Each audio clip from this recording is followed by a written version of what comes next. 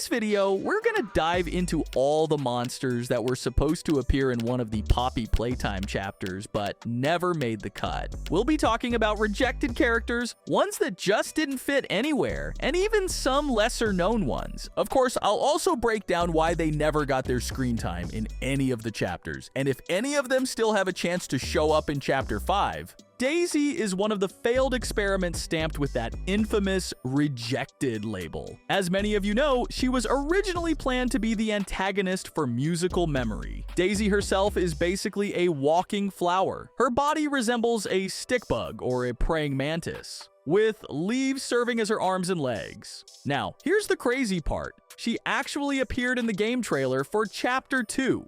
But when the actual game dropped, Bunzo Bunny took her place, shocking fans until the official Poppy Playtime book came out. In the rejected design section, we finally got an answer. During testing, Daisy legit scared kids so bad that they started crying. Playtime Co. couldn't afford that kind of PR disaster, so they shut down her mass production and wiped her from their lineup. But here's where it gets interesting. Out of all the rejected toys, Daisy is the only one with posters and cardboard cutouts around the factory. That's because by the time they realized she was too terrifying, her marketing campaign was already in full swing. Plus, the book also mentions that Playtime Co. might try to bring her back someday. This gives us real hope that Daisy could finally make an appearance in Chapter 5, at least as a secondary character. Honestly, I'd love to see Daisy get even 30 to 40 seconds of screen time. If Pianosaurus got his moment, then Daisy definitely deserves one too. Among all the rejected toys, there's one character that stands out as the ultimate what were they thinking design. Of course, I'm talking about the legendary Sir Poops-a-Lot. This dude was supposed to be a cat toy with a calm, almost zen-like expression, but instead of looking cute or playful, he shows up in a full black suit, a top hat, and a cane, basically dressed like he just walked out of a Victorian-era gala. But come on! We all know why this thing never made it to mass production.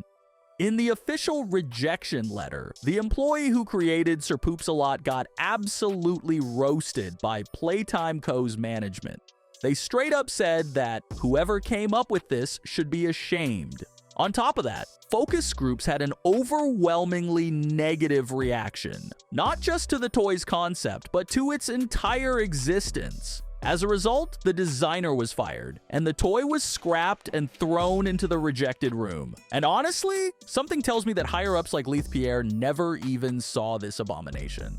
I think Sir Poops-a-Lot is going to stay locked away forever, and we won't get so much as a single Easter egg about him in Chapter 5. Of course, Daisy and Sir Poops-a-Lot aren't the only rejected toys. There were way more. But honestly, some of them are so ridiculous that it's not even worth wasting time talking about them. I mean, what am I even supposed to say about Owen the Oven or Kick Me Paul? Yeah, I think you get the point.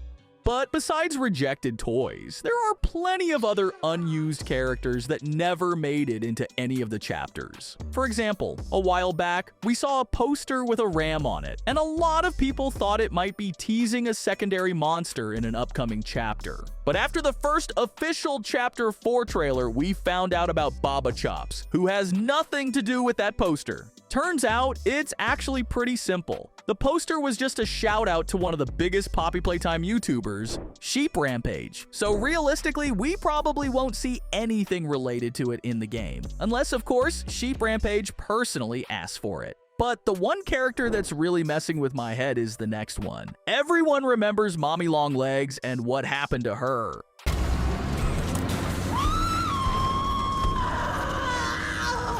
What have you done? You make me part of you!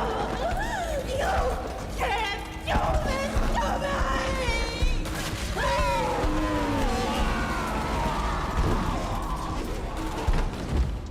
So, many people know about a monster called Baby Long Legs, but today we're talking about the head of the family, Daddy Longlegs. There have already been references to him in past chapters, and for some reason, people were convinced that we'd see a fully developed version of this character as an ally in Chapter 4. Wait, let me explain. Most people know that in Project Playtime, Daddy Longlegs is an evil monster. But if you take a closer look, it's obvious that Mommy and Daddy are toys of the same type. And who else falls into that category? That's right, Huggy and Kissy. Now, if we go back to Chapter 1, it becomes clear that Huggy represents a purely evil character who wants to kill us no matter what. Meanwhile, Kissy has done nothing but help us throughout the last chapters, and that ventilation block scene proves it. For you to try to land on your feet.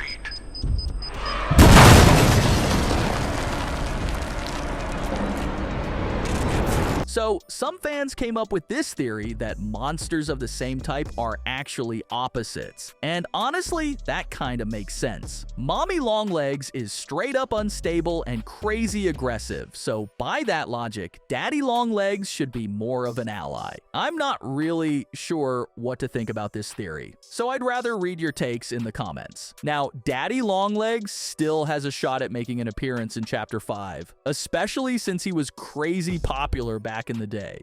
But for some reason, I feel like that mention in Chapter 3 was the last time we'll ever see anything about this dude. And honestly, there's a solid reason for that. As much as it sucks to admit, Daddy Longlegs is just a knockoff of a super successful original. And plot-wise, he doesn't really bring anything new to the table. The only way I see him showing up again is as a new ally, but like I said, chances are slim.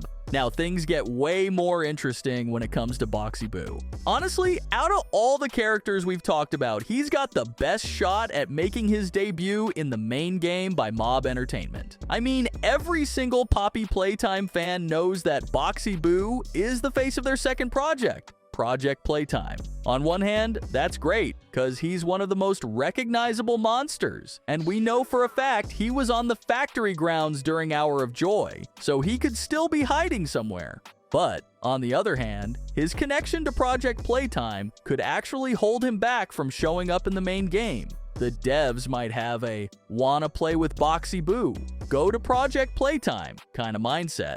But, like I've said before, Chapter 5 is most likely the grand finale of the Poppy Playtime saga, and that seriously boosts Boxy Boo's chances of showing up. Maybe just as a nod to his importance, or for the sake of symbolism, the devs could throw him in as a quick chase sequence monster who pops up and then disappears. Cause let's be real, they usually save the actual gameplay spotlight for brand new monsters, especially if that monster's name is Pianosaurus. Jokes aside, even if any of the characters we've talked about today do make it in, it'll probably only be for a couple minutes at most. But even in this case, there are exceptions. Or are there? And that's none other than Brawn, Thomas Clark, Experiment 1199, or just plain Brawn. This toy saw the harsh realities of Playtime Co. And honestly, it's one that's been unfairly forgotten by a lot of people. Over a month ago, one of the former devs, Isaac, directly told us that they tried multiple times to add Brawn into the game, but something always got in the way and none of those attempts were successful. And basically, that's what led Mob Entertainment to create the tape where we learn all about the main details of Experiment 1199. I'm not going to go over all the details again, since you guys probably know the story inside and out already. Let's just talk about Brawn's chances of showing up in Chapter 5. Considering how many failed attempts there were to add him in previous chapters, I'm pretty sure we won't see a full live version of Brawn. But something similar, like those mini toys we saw by the prison entrance, could definitely happen. That being said, we can't totally rule out the possibility of seeing Brawn as a secondary monster who could provide a ton of new and useful info. But for some reason, I'm not really buying it. We also have Cat Bee and Candy Cat, who could have totally been part of the Living Toy roster, but for some reason, things didn't go as planned. I remember there was some info about Cat Bee initially being planned as one of the smiling critters, but over time, it's safe to say that didn't happen. However, that doesn't rule out the possibility of them showing up in Chapter 5, especially because they were never intended to be bigger bodies. That means if devs want to bring them back, they just need to make mini versions of the toys that'll get in our way while we're trying to play the game.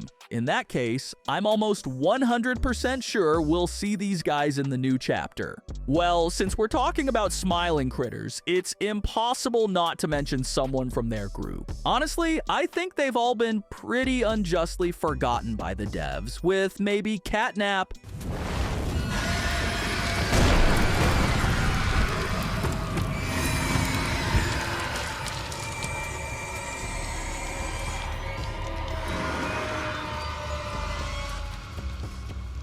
and Dog Day Please, just go! Run! Run!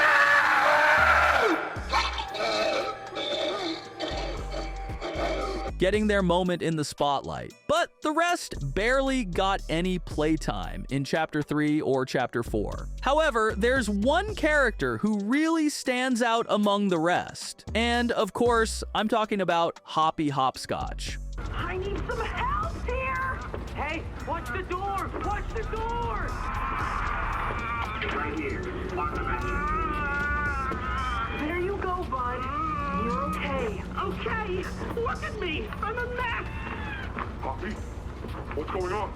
We were trying to bring supplies back up to the elevator, but we got jumped. Had to turn all the way back around. They took everything we had, right after one of them bit my leg! So, what do we do now? For starters, you two stay here tonight. Let things settle down outside. I'll find more food for you to bring up to play care. When you're ready. Thanks, Joey. Sorry we lost the supplies. It won't happen again. Exactly. Hoppy is currently sparking the most interest among all the smiling critters, especially since, besides the VHS tape, we've got this really intriguing note where we find out that Hoppy has gone missing. I wouldn't call her a forgotten character like some others in this video, but she's definitely underrated. And considering that she was most likely kidnapped by the prototype that we'll definitely run into in Chapter 5, the chances of seeing Hoppy in the next chapter have definitely increased. I'm pretty sure Hoppy Hopscotch won't even be a secondary character, but I have this theory that she's probably locked away in the prototypes labs, and in Chapter 5, we might just rescue her. And she could say a few lines to us, giving us some more insight into the story.